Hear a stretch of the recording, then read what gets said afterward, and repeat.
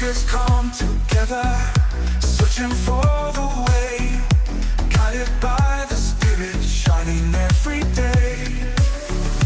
Voices call from Zion, beckoning the pure, gathering the faithful where the truth is sure. Follow the Spirit, follow the light, follow the truth. Don't lose your way, don't lose your way. Follow the Spirit, follow the light, follow the light, follow the truth. It shines today. Welcome into another Key of David podcast. We got a different one for you today. I'm joined by Trevor the Key Keys and David the Lion Douglas, and we're joined with Rob Fox. We're going to be talking about Bitcoin. And listen, when I got out of prison, all of a sudden, everybody's talking about crypto. And I consider myself like a fairly smart finance guy. I mean, I worked on Wall Street. I bought $800 million worth of real estate, and I cannot understand the crypto craze, what it is, why it is, where it is, and how it is. And so Trevor went out and he's like, Shane, I got you. I got a guy. His name's Rob Fox.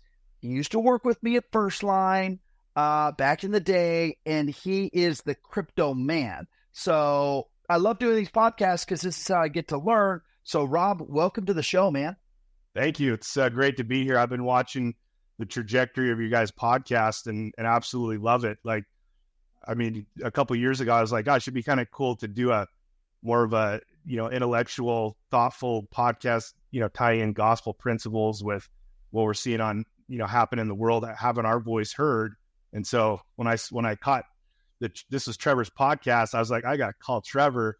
And then we had a great conversation. I kind of told him my arc of how I got into Bitcoin and kind of tie it into everything that you guys talk about. Well, let's talk about Bitcoin. Let's talk about the gospel, and let's talk about how those two things even intertwine and intermingle. And I'm going to kick this over to Trevor because this is kind of Trevor's guide. Like Trevor's like this is the crypto guy. And when I was talking to him on the phone, Shane, it was like this download of information about crypto and Gadiantons and how it ties into the gospel and no money system and the Antichrist. I'm like, okay. So Trevor, I'm going to kick it to you. All right. Yeah. I mean, that's pretty much it. Rob and I had a good combo and we just started talking about everything that's going on right now, and I think it was right after one of our like Gadiant and Robert episodes. And, Rob was just like, bro, do you understand what's going to happen to our monetary system? Do you understand what's going to happen to the dollar? And I'm like, I'm already feeling it, I'm already seeing what's happening right now. And so Rob, let's talk about what got you in to Bitcoin. And then I know you got a presentation slide build up, but just tell us a little bit about your family, kids. I love seeing your Instagram, Facebook posts, just kind of cute little family growing up. But give us a little background. Where do you live?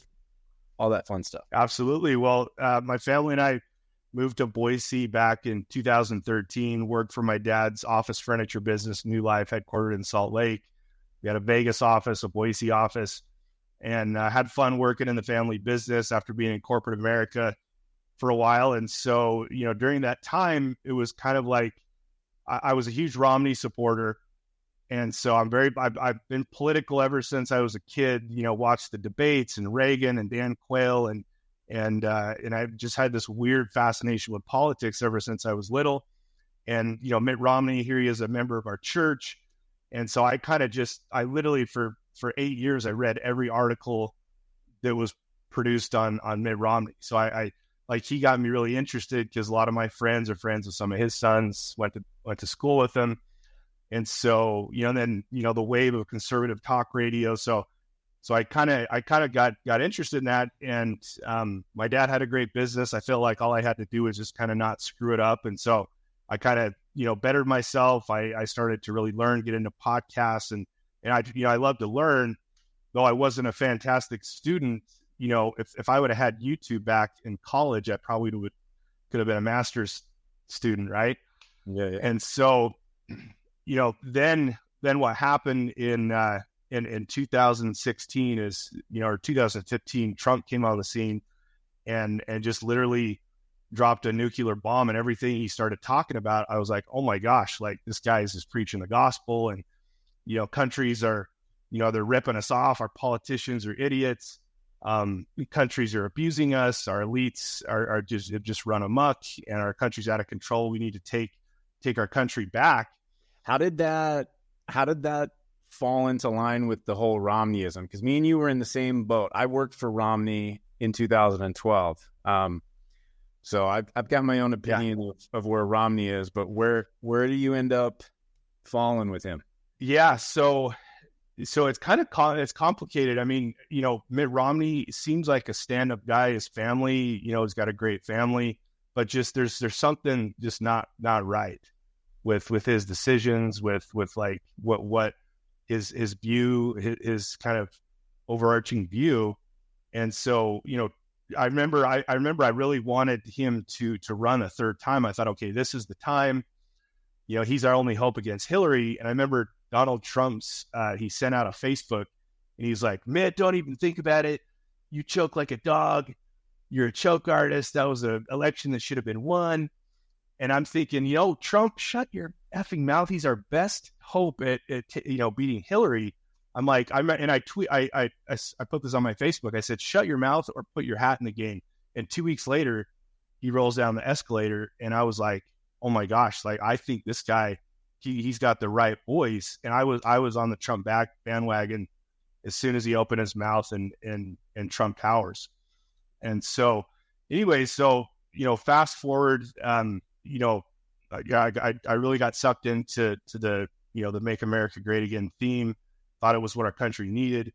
And simultaneously, a buddy of mine is like, hey, let's do a mastermind group, and basically like a glorified book club for men, just so we could kind of hang out and screw around, a few times a month. And my friend read this book called The Bitcoin Billionaires, and it was about the Cameron and Tyler Winklevoss. They lost that or when they won that lawsuit against Zuckerberg, they took their money and bought Bitcoin with it. And so it's a fascinating read. If you guys get a chance, you're on a long road trip, Audible. It's called The Bitcoin Billionaires. And so that just really just sucked me down Bitcoin. It was just like this thing. I couldn't get enough of it. So I went down YouTube videos and, what is gold? What is currency? Gold versus Bitcoin? What is the Federal Reserve? I read the JP Morgan Chase book, and I literally just got sucked down the rabbit hole of kind of learning the monetary history of our country, global finance. And all of a sudden, this one night I'm actually building some shelves in my garage, and I'm watching the history of Mt. Gox. It was the first Bitcoin exchange that somebody hacked into the exchange. The Bitcoin network's never been penetrated, right? It's protected in what's called blockchain or cryptography, right? And so they're 20 years away from any technology like quantum computing even coming close to penetrating the Bitcoin network.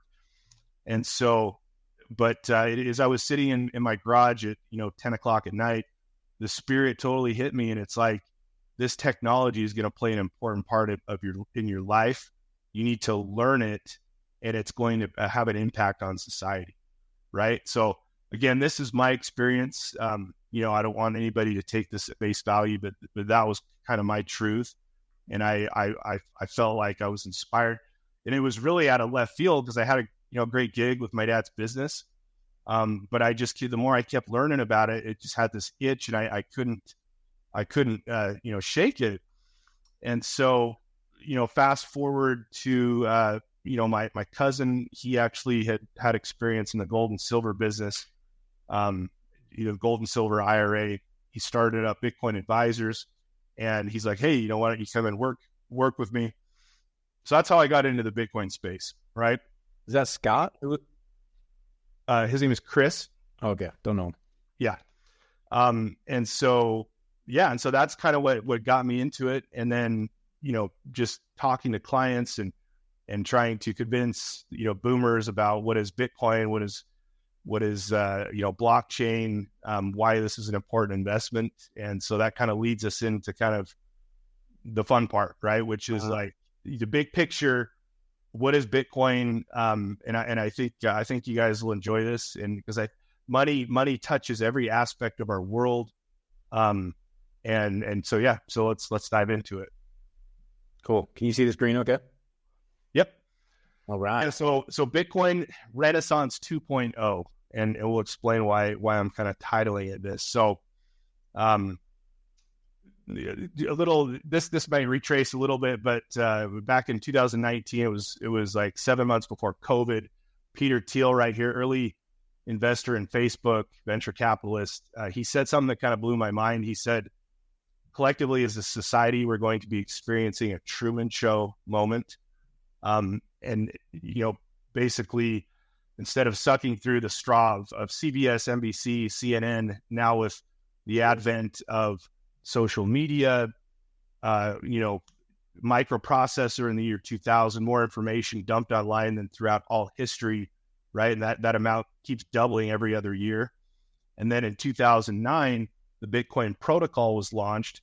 And so arguably, this is my thesis, and this isn't me making this up, but it's me, scouring thousands of hours of podcasts from some of the top minds, and just kind of me compiling my own thesis of what's happening, is essentially we're experiencing like a Renaissance 2.0 of sorts, right? And so, the power structures, they don't want us to be informed, but it's totally, we're seeing the world, devolve around us. Donald Trump, before, he would have had to gone through the mediators, the arbiters of truth. And then he goes on Twitter and he just goes straight to his audience, right? So he kind of like leapfrogged the corporate curated kettle slot media. And Peter Thiel said that was the biggest change that he saw. And again, this is a guy, one of the most successful venture capitalists in the world. Eric Weinstein, to the right of him, asked him, what's the biggest change that you see coming in society? And he says, the Truman Show moment, the decentralization of information, right? Tucker Carlson leaves Fox News. He would get like 3 million views a night. And then he launches his first video and gets like 70 million views within a couple days, right? So that was kind of what he said. And we're all kind of waking up. We're all having our Truman Show moment where COVID happens. People are at home, scouring information, looking up conspiracy theories, 9/11. Oh, wait, what? Wait, what's this thing? And how's this here? Right? I think we've all kind of, dude, COVID was a huge awakening. It just was like, all of a sudden everyone was like, oh, this conspiracy is true. Oh, this conspiracy is true. Just one after another. Yeah. This lady I'm working, you're going to be starting with more of a traditional finance firm here shortly, but this lady that's kind of the office manager, she moved to Boise from New York, and she was just kind of a normie until COVID hit with her family. And she's like, oh my gosh, like, this is ridiculous. And so, yeah, so you're seeing that all over the place. You guys still with me? Yep. Okay. So these are some of the people, Michael Saylor, Raoul Paul, George Soros, Chairman Powell, Bitcoin billionaires, House of More. These are some of the pieces that I've read and that kind of shaped my kind of changed my thinking of currency. Now, isn't Michael Saylor from Utah? No, Michael Saylor, I think he's no longer the acting CEO of MicroStrategies, but MicroStrategy is one of the oldest companies on the NASDAQ. Michael Saylor, he's a rocket scientist, an engineer, MIT engineer, crazy smart. They call him Bitcoin Jesus. But to hear him talk about Bitcoin, it's just, you won't think about currency the same.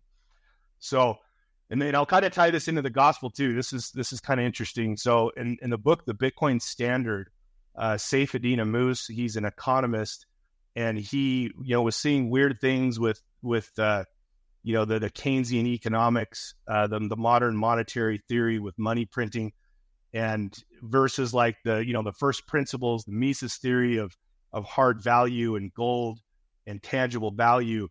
And so what happened with the fall of Rome is early in its history, their currency, the denarii, was like full content silver, full content gold, full content copper. And over thousands of years, what did they do? They debased the currency. So they mixed in garbage metal with the purity of their currency. And then after, a couple thousand years, by the end of their reign, what happened?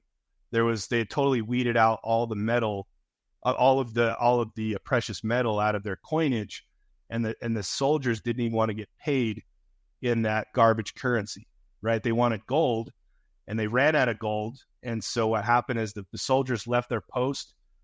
The city of Rome got sacked, and it led into the Dark Ages, right? So then all the peasants that were in the city fled out into the country to cultivate farms and to pursue their best interest. And what happened was that's very dangerous, right? There's marauders, you get robbed, plundered. And so they coalesced into the feudal system, right? The precursor of the feudal system. So the peasants of Rome that fled the city were basically the precursor to the serfs of the feudal system, right? Spread across Europe. And so, weaved into that was the Catholic Church, right? They had a monopoly on religion, on the Bible. It was in Latin. You couldn't get caught reading the Bible because you could get burned at the stake. And what happened is the printing press came, and then they were able to distribute, make copies of the Bible.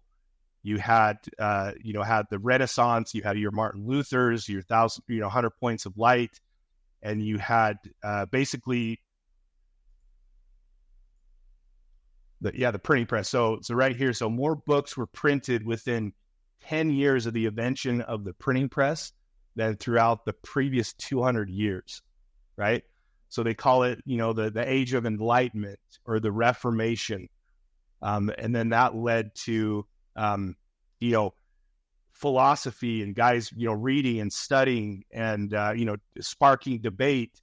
And it caused a revolution of sorts, or a renaissance, right?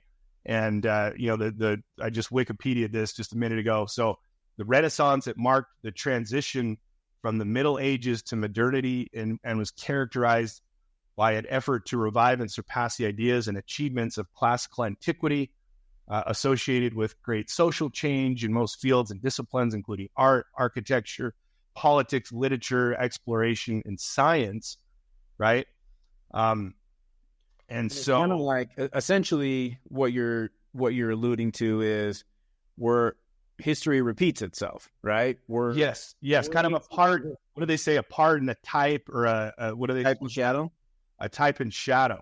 Yes. Yeah. I mean, again, this is my own theory, right? I'm not saying I'm right, but I just see, they say that history doesn't exactly repeat itself, but it rhymes, right? And so what happened was, after, all these people getting enlightened, getting smart, realizing that they're just utterly hosed, all the property, the land is all spoken for, the opportunities were scarce, and people are like, screw it, I'm headed to America. America gets discovered. And so Michael Saylor, the CEO of MicroStrategies I was telling you about, he said something, and there's been like 3 or 4 things that I've heard while studying Bitcoin that the spirit literally just hit the crown of my head and just gave me the tinglies. And you just knew what the guy said was the truth. But he said his ancestors left Amsterdam in like the 1700s, and they wanted to pursue property rights and civil rights, right? They wanted to own their own property, and they wanted to worship and live how they wanted to live. And so that they risked it all to come to America, right? On a sketchy boat. And they arrived and started their family. And so did many other people, right? And then that led into, the revival of back east, right? And then that kind of picks up into the Joseph Smith story, where people were, this religious fervor that just pervaded the area. And Joseph Smith was born into this family with different religious ideologies and his struggle with that. And he goes to ask God of which of all these sects are true. and receives a visitation from God the Father and Jesus Christ, and then starts, restores the gospel, right? And the rest is history. So I just thought that's kind of interesting from the fall of Rome, the which kind of dovetailed the apostasy, and that led into the Dark Ages, and then the age of spiritual enlightenment, and then how that kind of just brings us to where we're at today. And so essentially this Renaissance 2.0 you're postulating is the internet, right? The internet's the next printing press, right? And then the social media, and thank goodness for Elon Musk and freeing free speech, because free speech is under attack. I mean, I saw after this Kamala Trump debate, which Trump didn't do that good, I don't think. I don't know what you guys thought. But well, because she was being coached. If you haven't seen, but her earrings. Oh, you believe the earrings thing? Oh, I heard about that. Totally. I knew you would have believed that earring thing, David. But my point is, Kamala wants to suppress social media. I mean, Biden wanted to suppress social media. Look what happened during, COVID. And even Mark Zuckerberg came out and he's like, I'm embarrassed. We totally hid stuff. And so the decentralization of all of this is where the blockchain is heading. And it's basically going to make it so that nobody can suppress free information. And if the blockchain gets out, it'll just be this new renaissance is essentially what you're saying, Rob, right? Yeah. And so as I was kind of in studying along this mindset, I remember this one morning I was reading my scriptures and kind of praying, and the words of Ezra Taft Benson came, and I've heard you talk about this a lot, Trevor, on your show. Is, what did he say? He said that the Constitution, he quoted Joseph Smith or was it Orson Hyde that was kind of quoting Joseph Smith or whatever. Anyways, saying that, the Constitution wasn't going to be saved in Washington. It was going to be saved by people, good God-fearing people in our country and inspired members of the church. And that's another topic we can discuss too, is like, I don't want to say disgusted, but I feel like, we're just not doing enough for holding up the Constitution of our country. Our voice isn't loud enough. We're not being courageous enough. And I don't know how to square that right now, but like, that's kind of a little frustration of mine. And I think you guys have kind of alluded to a little bit of that as well. For sure. But I lost my train of thought. It's all good, dude. Jump back into your slide. The restoration. Yeah. What's after this baby? Yeah. So the restoration. So then that kind of, going back to that quote from, this is a quote from Robert Breedlove. He has the What is Money podcast, one of my favorite podcasts. Met the guy a couple times in California, a total stud. For how young he is, the guy's like just an old soul. And his intellect is next level. Combining with, he was a master's as a CPA, crazy smart, psychologist /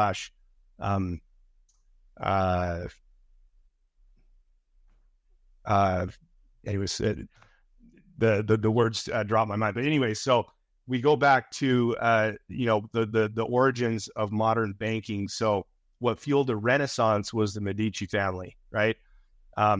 They kind of they started to drum up business and had this reputation for being kind of the money changers, where people, it was unsafe to carry big amounts of gold or silver, and so you basically put your your hard currency in their vaults, and they would issue paper, right? And then you were able to trade that, and that kind of the birth of that modern banking fueled the Renaissance and art, literature, architecture, and then into like the Rothschilds, banking dynasty, the Central Bank of England, and then J.P. Morgan, whose father was kind of their American counterpart that was going back and forth from England, and then J.P. Morgan taking over the dynasty and then making J.P. Morgan what it is today. Henry Ford, this is an interesting quote here. He said that one of America's greatest industrialists. He says it is well enough that people of the nation do not understand our banking and monetary system, for if they did, I believe there would be a revolution before morning. Right? And I just remember I've seen several documentaries on him. He hated bankers, hated them. So the Federal Reserve, so this is where I don't know if we're able to pull some videos from, I know we were having issues with that. I'll just kind of talk through it. So the Federal Reserve, it was hatched in Jekyll Island, North Carolina. You had all the industrialists, you had some politicians. It was a secret meeting. The Federal Reserve is not even it's not even part of our country. It's like an independent organization, and they basically they can print money, right? And there's Chairman Powell there, printer go burr. So, on one hand, the banking system, it allowed for this massive amount of capital for growth and technology, right? So it's argued that was a benefit and a good thing. I'm going to go back to that, but so the Fed was created in 1910. Excuse me. Yeah, Fed was created in 1910. And then FDR, executive order, so there was a parity. So for every $20, there is an equal amount of silver that backed the dollar, right? So it was a kind of a 1-to-1 backing. So for every note that you issued, you had to have the backing of silver. So after FDR, we kind of went off that. We went into somewhat of a fractional, but it was still tied back to the gold, right? And then Bretton Woods happened after World War II.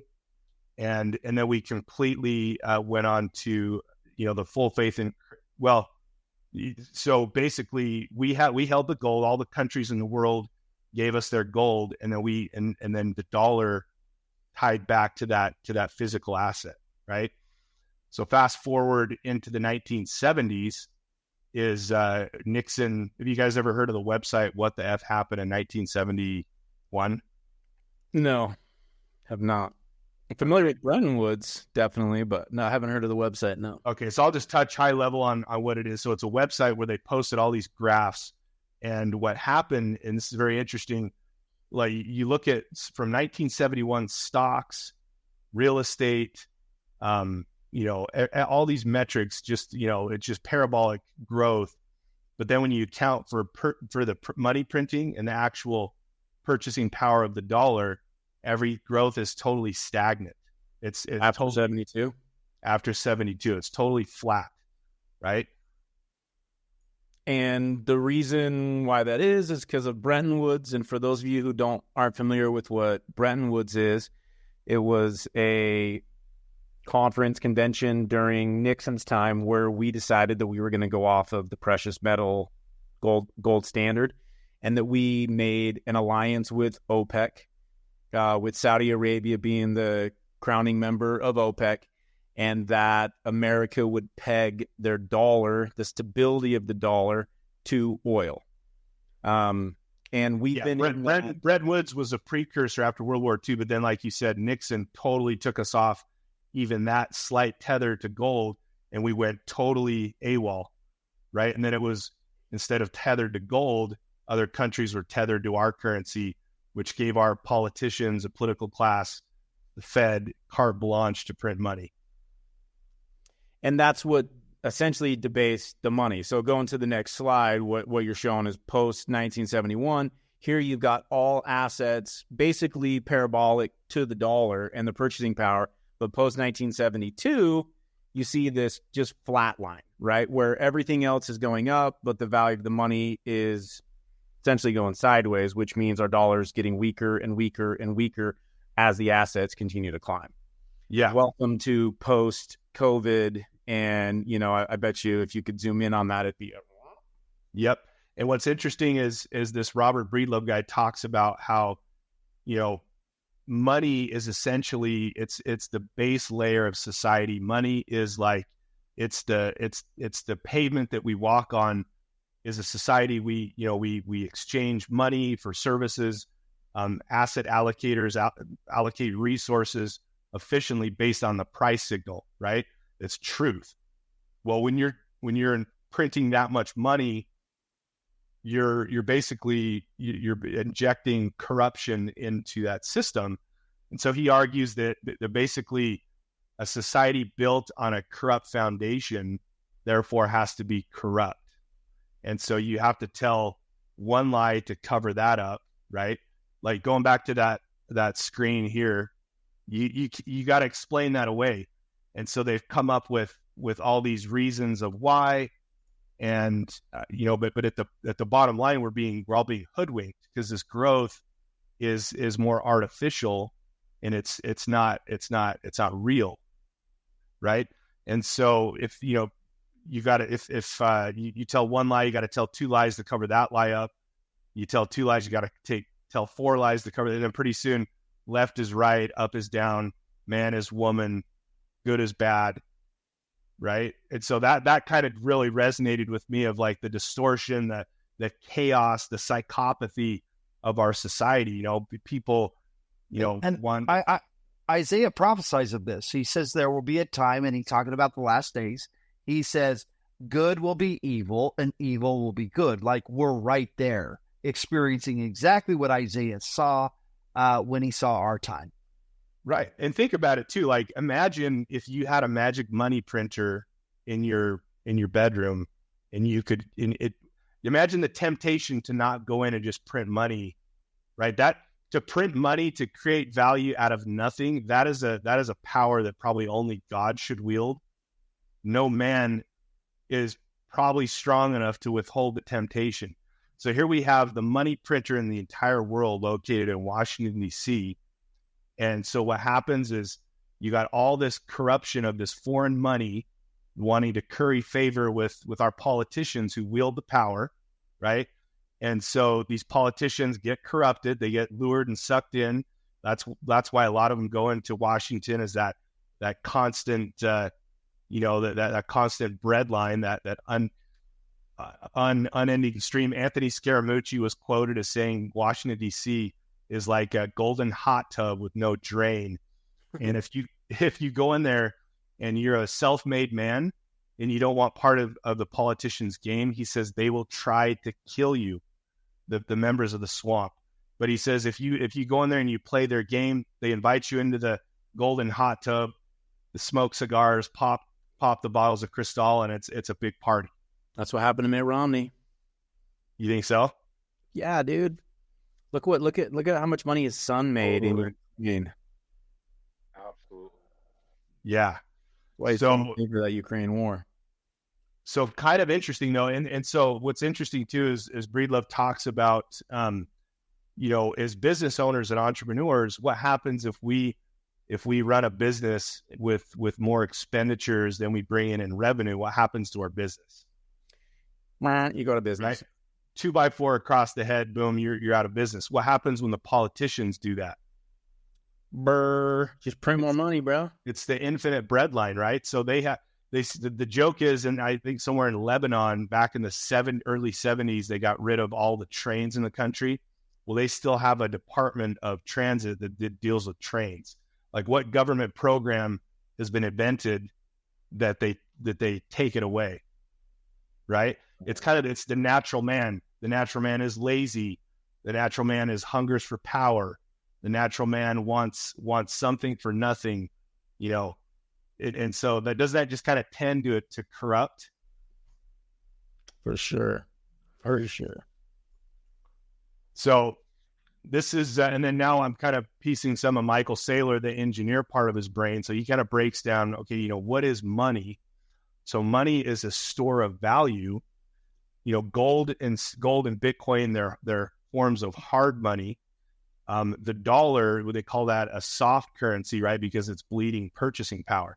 Now, somewhat of a soft currency isn't bad, because in the marketplace we can transact in dollars. We're not going to be saving in dollars, because in 10 years we're going to lose, 40% of our purchasing power, right? So, but that's why you want to hold a hard currency. And so he says that if you think about it like, currency is a store of value, or a store of our work energy. So we go to work, we expend our energy, and that energy gets capsulated into a storage container called the dollar. We put our dollars in the bank. Well, when after COVID, they print 40% of the money supply, what happened to that store of value, right? It got shellacked. So we're bleeding work energy, we're bleeding purchasing power. 40% was the money supply printed? Yeah, they printed 40% of the monetary supply after COVID, right? And so you think about it like a physician giving medication to the patient. So, first you give the patient some strong medicine, and then a couple months later, you got to redo the dosage. You got to up the dosage to get the same result. And so, 2008, they printed unparalleled amounts of money to bail us out from the GFC. In 2018 or 19, they did a massive plunge of monetary stimulus, and then COVID happened, printed 40% of the money supply. So this medication to quell what's happening is you're starting to see less and less results or effect of the medication, of the money printing. And so, to the patient, which is us, which is, that we're dying of cancer. Yeah. Yeah. Right? I mean, 40%. I mean, it sure feels like the dollar's 20%, 30% less valuable than what it was 4 years ago. I mean, geez, look at home prices. It's absolutely insane.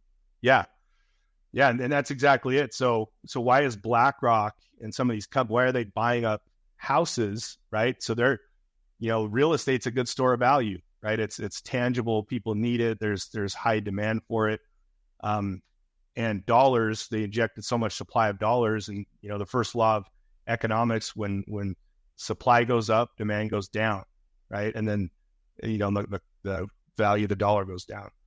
So what Bitcoin did, kind of taking it full circle into kind of the mechanics of Bitcoin, is Bitcoin solved the problem that had never been solved before, called the double spend. And I'm going to just read you guys, and hopefully I'm not putting you to sleep here, but this is what I would talk about, the double spend. So, so Bitcoin is just digital money. It's money that you can send around the internet. As long as you've had a credit card or an online bank account, you've had digital money. However, Bitcoin was fundamentally a computer science breakthrough, and it solved the problem that had never been solved before, called the double spend. You guys ever heard of the double spend? No. So the double spend is that if I'm going to send you a digital dollar, how do I prove to you that I didn't send, a copy of that same thing to somebody else? Because in the digital world, photos, Word documents, it's super simple to copy stuff. So what's really important is the only way that we had solved that problem to date was by trusted intermediaries called banks. The banks sit in between us, and we trust the banks to automatically debit our account, credit the other person's account. For example, every time we swipe our debit card or write a check. So what Bitcoin came up with was a brilliant solution. It allows me to send you $1 and prove that I didn't send it to anybody else. And at the same time, we don't have to have intermediaries like banks to sit in the middle, taking a fee, slowing things down. And so Bitcoin has just created a global version of cash, or gold, if you want to call it. It allows anybody to transfer value to anybody else in the world seamlessly over a global network.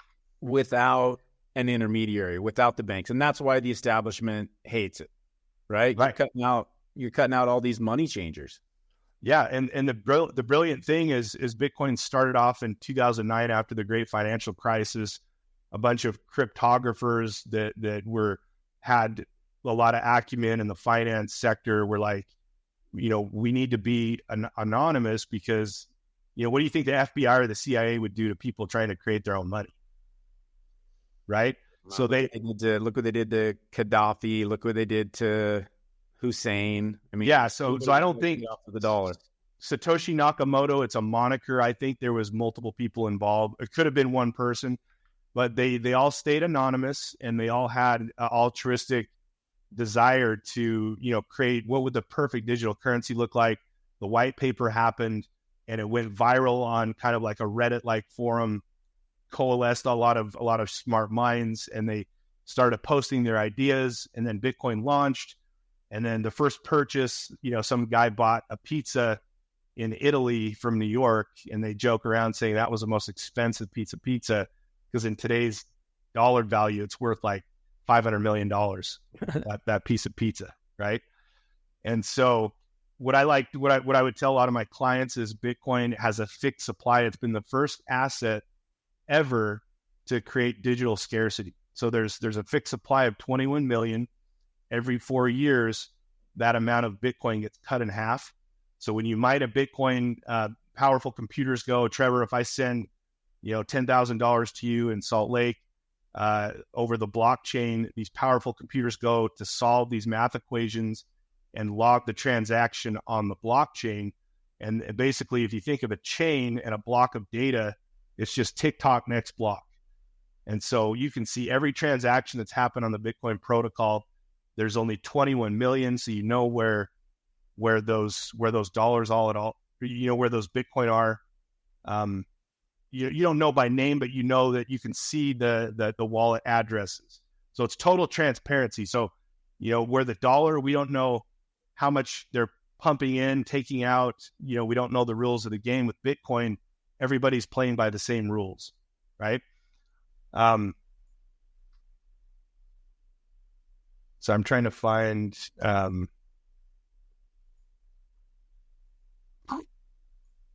Okay, so Bitcoin. If you see this little orange pill thing here, so 1 Bitcoin equals 100 million satoshis.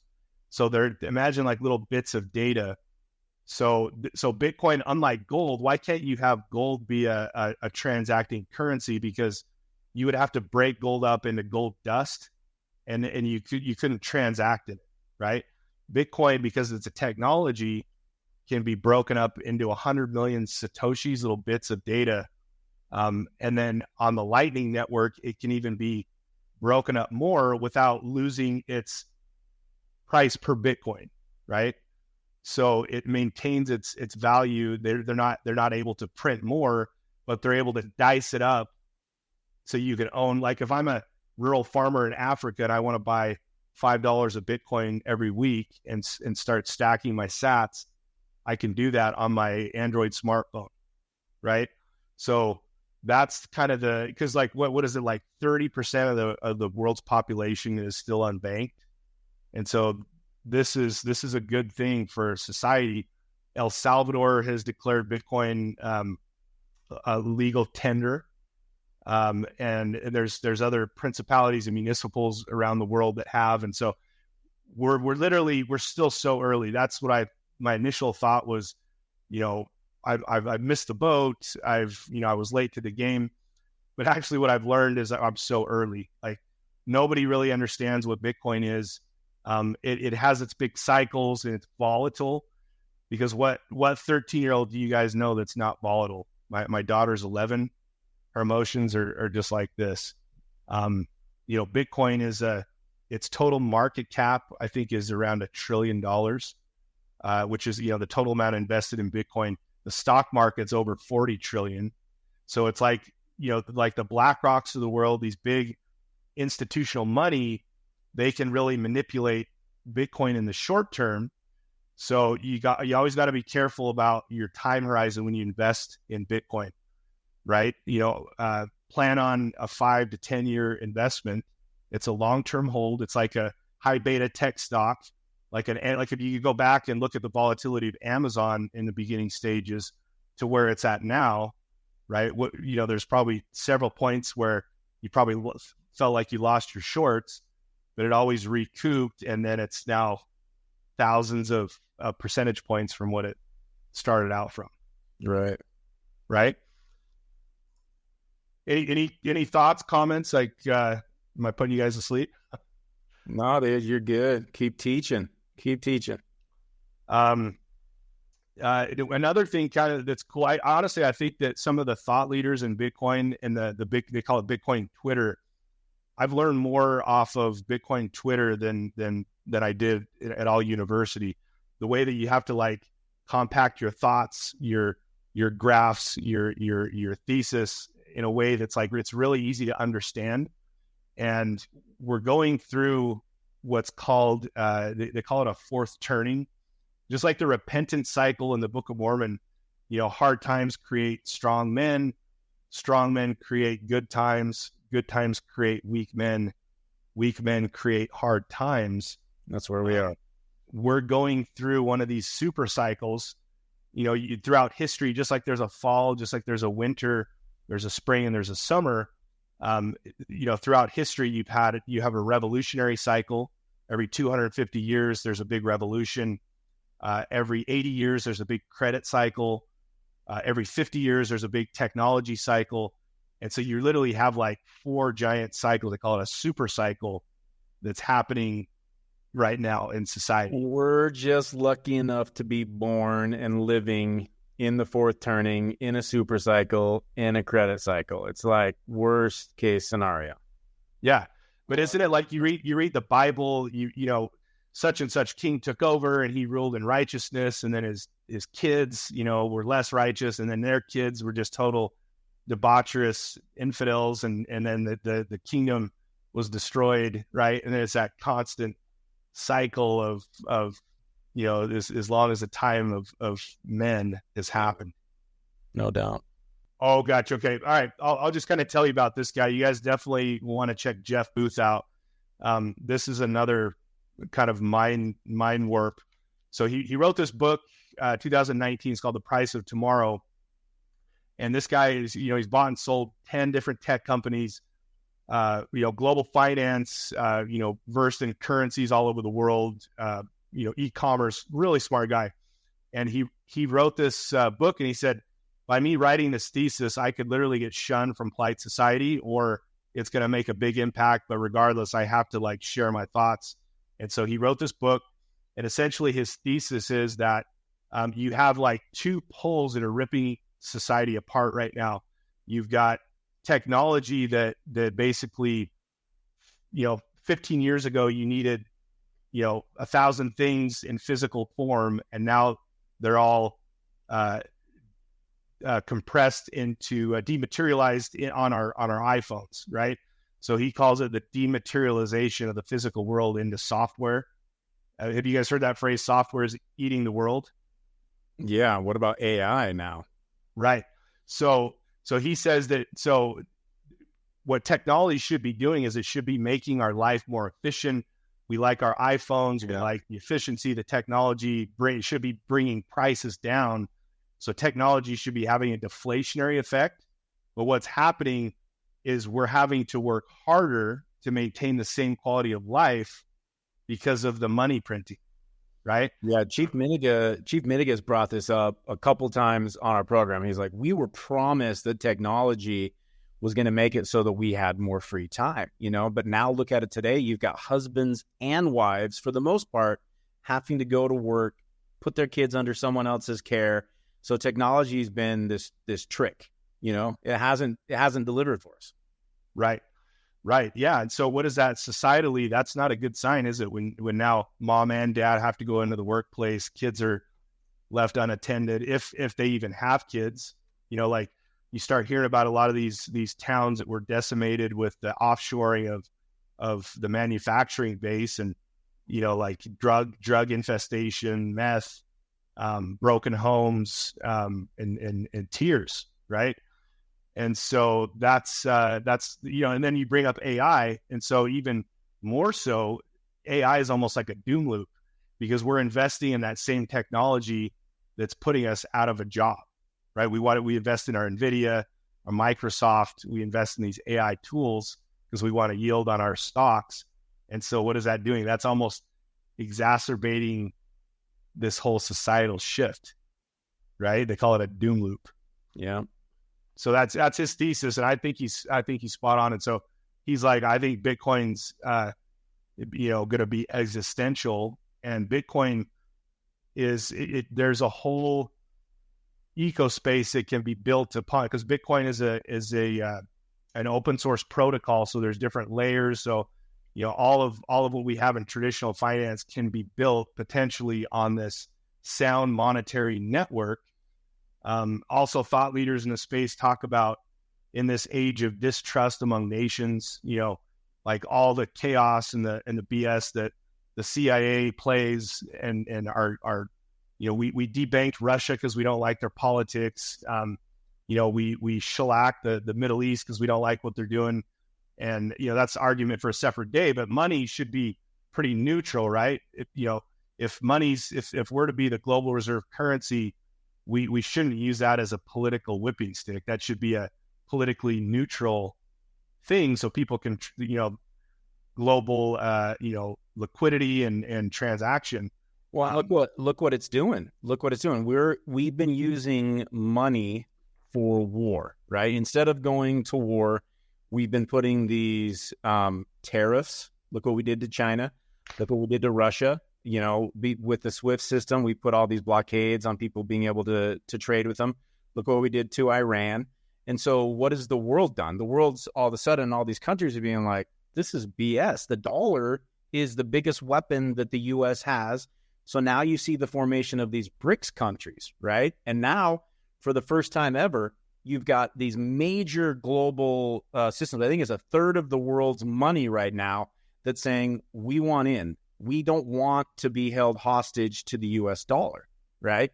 And you've got Brazil, Russia, India, China, South Africa, Iran, all of these countries that are joining the BRICS to saying, hey, get out of the dollar. The U.S. are, financial terrorists, and they're playing whatever game they want with the money, and that's going to screw the dollar. I mean, that's going to make Bitcoin be worth more than anything out there, in my opinion, is as soon as these BRICS companies, and like we talked, Rob, this is probably like 20, 30 years out still for the BRICS to really start moving in. But look what Saudi Arabia just did. We've had OPEC say that the dollar is going to be the only thing that oil is traded in ever, right? 2 months ago, what did they do? They came out and said, just kidding. We're going to break the OPEC accord, and we're going to let we're going to let oil be purchased in yuan. We're going to let oil be traded in BRICS. And I mean, that to me was one of the biggest threatening things that's ever happened to the dollar. That's what makes the U.S. such a cush place, is what makes us have our wonderful cost of living and the purchasing power of the dollar. And yeah, we're not heading in a good direction. Yeah, it kind of sidetracking a little. I thought this was very interesting. Have you guys heard of Steve Bannon? Oh yeah, he's in jail right now. And well, Steve Bannon, crazy smart guy. He was on Wall Street, massive courage. He's one of those guys that looked at his peers and said, you guys are all just losers. I'm staying true to my roots, and I'm standing up for the middle class and the values and the Catholic Church and families. And he talks about, after George Bush, so after Tiananmen Square, the Communist Party, they were politically in bad shape, that they were going to run over that guy with a tank.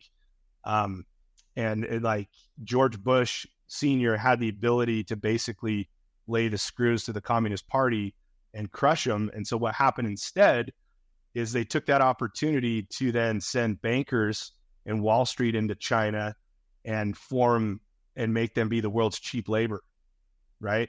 And so the Communist Party were like, oh, game on. So they got all this capital. All of a sudden, they start making our cheap electronics and goods and clothing. Well, the WTO, right? The World Trade Organization. Is that what it was? Yeah, WTO. Yeah. So essentially, we propped up this just crazy, corrupt, tyrannical regime when we could have stuck the screws to them. And as Americans, we're like, oh, cool, we're getting flat screen TVs. It feels like our quality of life is getting better because we're getting all these cool things for cheap. But really, at the price of what? We've hollowed out the manufacturing base in our country, right? And so there's been a definite consequence. And so he showed this these two pictures, and he showed a picture of Shanghai, this like crazy, clean, technologically advanced society. And he says, and then he showed a picture of Detroit, just this hollowed out, third world shizhole, and he compared them side by side. He says, we made Detroit look like this, so Shanghai could look like this. Yeah. I mean, there's 20, 30 cities in China that are absolutely impressive, from like a downtown technological skyscraper and, beyond impressive. Beyond, like there are places in China where you think you're on the ground, but you're actually at the top of a building and there's another 20, 30 floors down to the actual ground. The city is just a megaplex of concrete. It's insane. Yeah. Yeah, it's nuts. So let's finish off with this. It is the debt. Trevor, you alluded to like what's happening with our country's debt. So your screen looks sad. You better go to the next slide. Oh, got. You know what? There we go. Can you guys pull that to the Instagram video? Yeah, let's play that. Okay, so let me set it up. So Greg Foss here, he's one of the probably top 20 Bitcoin minds. He worked for as a big Wall Street firm back in his day. Cornell grad, crazy smart, dealt with like foreign currencies and sovereign debt, and he's going to talk about our debt situation. This was at the 2001 Miami Bitcoin conference, and this is when interest rates were only at 3%. So let's cue this up and get his perspective. You got that, Dave? All right. Try to go bigger screen, Dave. Rate that becomes untenable for the U.S. and the bond market. Well, I'm an engineer by training, so I'm okay at mathematics. I'm going to borrow a line from my friend Mark. Math is hard, okay? But it's not that hard. You only need to have grade 11 mathematics to understand that we are in a debt spiral, not debt, D-E-A-T-H, yet. We are in a debt spiral. It's very simple. I agree with Jeff's mathematics. When you have total global debt, the global GDP, your GDP being your tax base, total global debt to global GDP is 4 times. I want to touch on this thread that Jeff threw out there about interest rates not being able to go up. You got to jump to the second video. You know this one. Long enough as a competitor in the arena, you become the man. Bill Gates at one point was the challenger. That's all right. You can hit pause for a sec. So I'll just kind of explain his math. So he says that, there's $400 trillion in total global debt, and you have total global GDP is like, what is it? It's like 12 or no. So total global debt is growing at about, it's total GDP is like 2 to 3%. So you have, $400 trillion nut. If you put a 3% interest on that, that means that the total GDP has to grow by like 12% per year just to pay for the organic debt that's accumulating every year. The economy's only growing at 2.5% maybe. So essentially it's called a debt spiral because the debt will never be paid back. And so what happens is central banks around the globe have to print money. So he says that there are a few certainties in life, and the one certainty is fiat debasement. They have to print money to solve the debt spiral, right? So they're monetizing this debt. So what does that mean into the future is currency debasement and inflation. There's no way around it. It's mathematically impossible. And so they got to tell lies. They got to weave their narratives. They got to make up stories. They got to do this and that. The Fed's in the backyard moving cans around and coming up with this program and that and this and that. And so, the currency is going to continue to bleed purchasing power from now until there's a reset. All right, we playing this? He lived long enough. He is now the big, bad, evil man, the legacy player that the next generation, the upstart, the challenger wants to disrupt. One of the best examples of this was the recent Epic Games Apple situation, where Apple and Epic Games are locked in a legal battle. And Epic Games basically took their 1984 commercial and flipped it on its head and essentially said, you were once us, but now you have become that thing you were fighting against. But I think that's, as a society, that happens as well. We fought the American Revolution. Yeah. And now we run around the world taxing, squeezing, and being this ever-reaching kind of big monolithic nation state. But the irony cannot be lost on us that if you live long enough, you become the man. And that's just the evolution of time. If you live long enough, Unreal.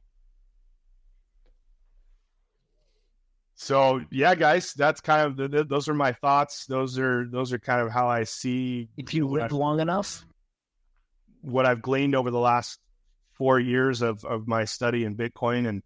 And so, it's all about, again, time horizon. We're so early. Bitcoin could dip to it's trading around 55,000 right now. It could easily go down to 10,000. It's still such a young asset. It's still very volatile. So be patient if you're going to invest in it.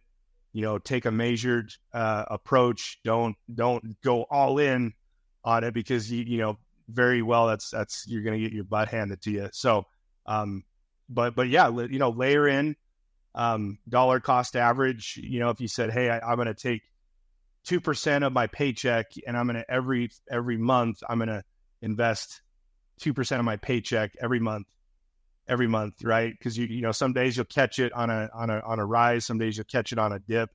So that would be kind of the conservative way to stack this new high beta tech stock, this hard digital money that is 3 pitches into the first inning.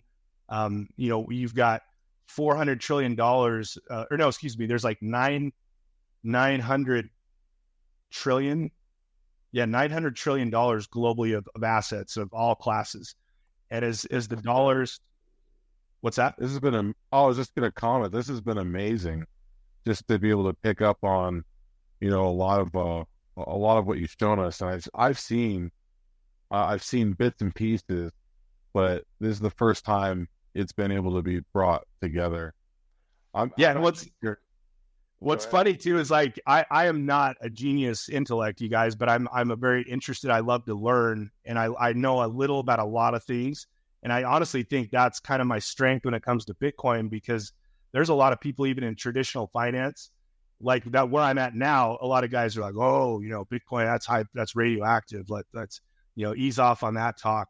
And I'm like, okay. In fact, it's the firm that I'm going to be starting with. I mean, they're probably, top 10 financial firms in the country, and they still are not on board with Bitcoin, but they will be, right? BlackRock, the world's largest investor, they manage like 10 trillion, and they created a Bitcoin ETF. So, it's better than not owning Bitcoin, but it's better to own the underlying, right? Just like you want to own physical gold and silver, you don't want to own the paper derivative of, you actually want to own the physical asset, because there's a lot of manipulation. So it's better to own the Bitcoin outright. But, you're starting to get big players in the game. We're still very early in this, of where this is going. And man, it's going to be a crazy ride.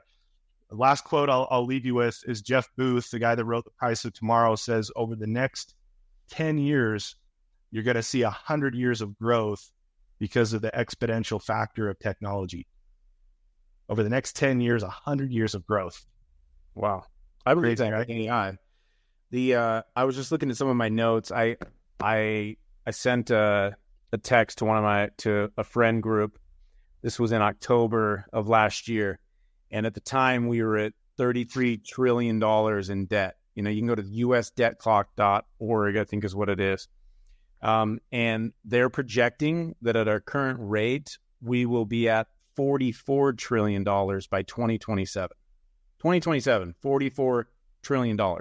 right now, because of how much the interest rates are on the debt that we're servicing, it's the first time in the history of our country that debt, the money that we're paying, like paying off your credit card debt, if you were a family, is our number one bill. It passed military, it passed medical.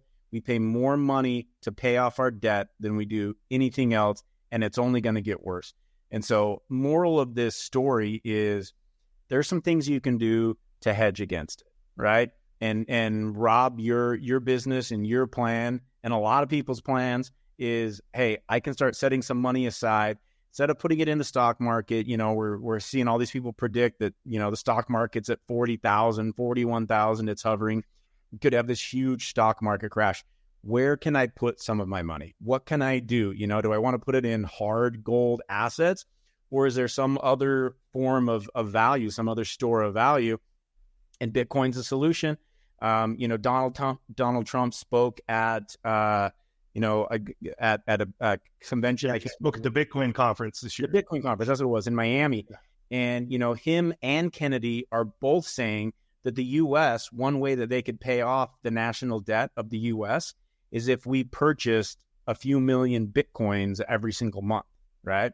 If we did that, think how that would drive up the value. You've got the president of the United States. You've got RFK saying, let's purchase these Bitcoins. Let's get Bitcoin to, $1 million. And if we did that, not only would we pay off the debt, in other words, if they bought $35 trillion of Bitcoin, the value of Bitcoin would surpass $35 trillion. They could pay off the whole entire national debt and be sitting on some money. So, Rob, thank you for jumping on with us. Thanks for putting time together. Shane, this is way past Shane's bedtime. It is way past. Shane way back past east. my bedtime. No time. And I'm out here doing like manual labor, and so I am ready to go to sleep. But I still, even after this, don't understand Bitcoin.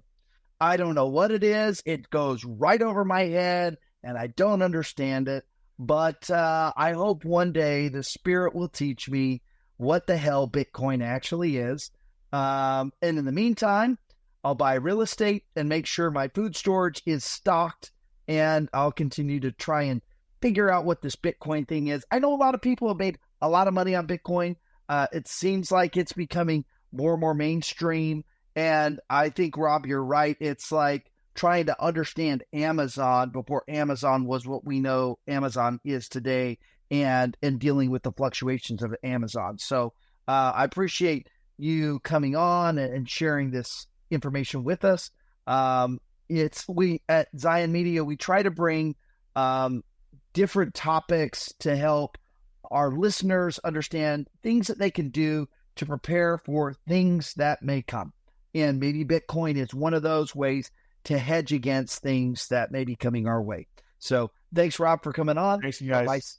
For myself, I'm Shane Baldwin. For Trevor the Key Keys and David the Lion Douglas, we'll see you guys next time. Take care. Oh, go. I got something. We need to start announcing our next 100 days, our contest that we're doing. Oh, yes. Okay. So we are rolling out something fun to get our community involved.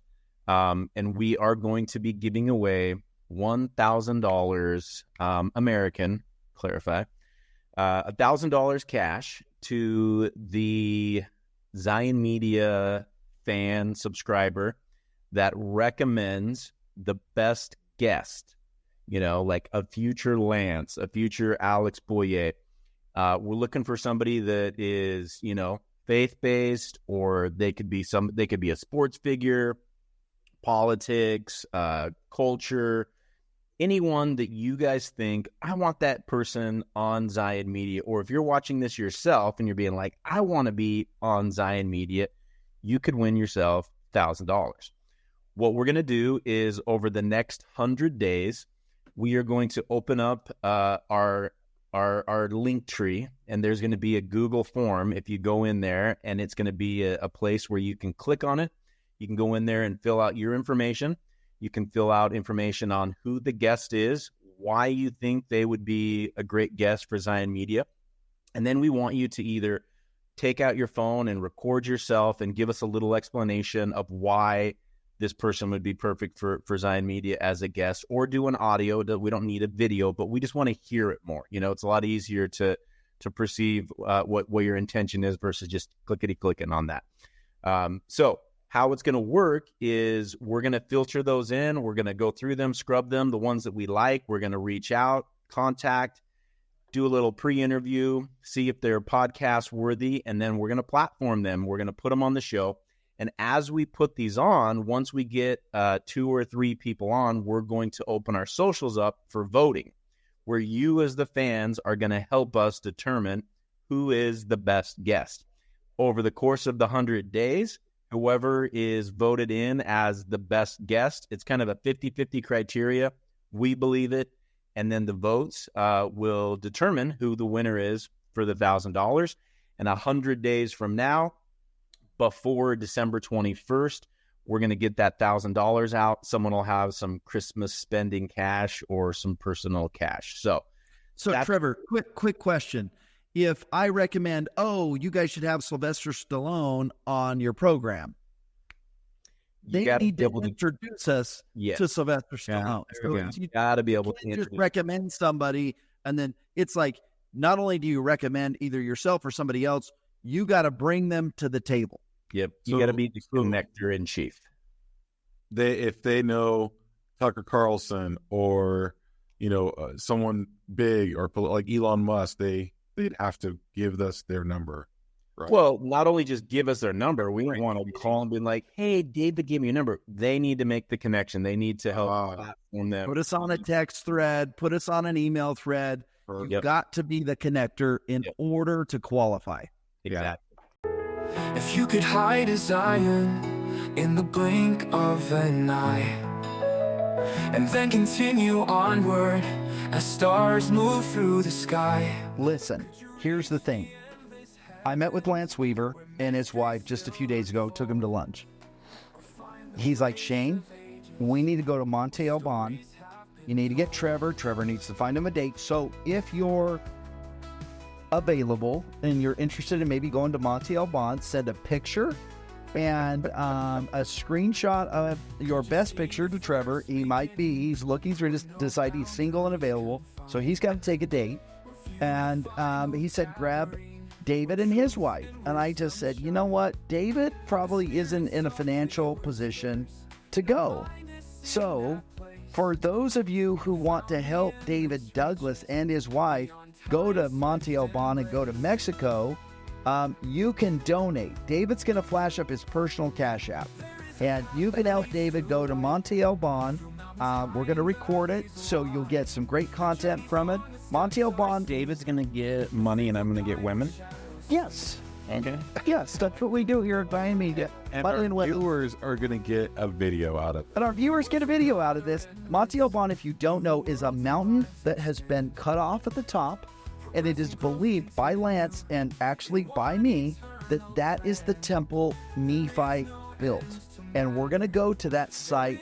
It's in, what's it by? Awaxa? Awaxa? I don't know. But anyways, help David Douglas. My guess is it's going to cost somewhere between $4,000 to $5,000 for him and his wife. So help us raise some money from now. We're planning a trip in November. Help us raise some money to get David Douglas, because we need somebody to be behind the camera, on the camera, recording things, and nothing will be filmed if you and I go. There will be nothing filmed, and we'll talk about it. But you want to see this thing? It's incredible. This mountain and this temple remnants on the mountain. It looks like aliens cut off the top of the mountain. It does. Who has that? It does. So, David Douglas's Cash App. There it is. He's already put it on there. Let's see. All you Zion Media family, please help us out. Let's get him to be able to come on with us to Monte Alban. Maybe Mike Rigby, maybe you should come with us too, man. Well, that'd be fun. we shall see. That's fine. To Zion, open to love's pure call. For those who seek its promise, will find their all in all. Who find their all. in awe.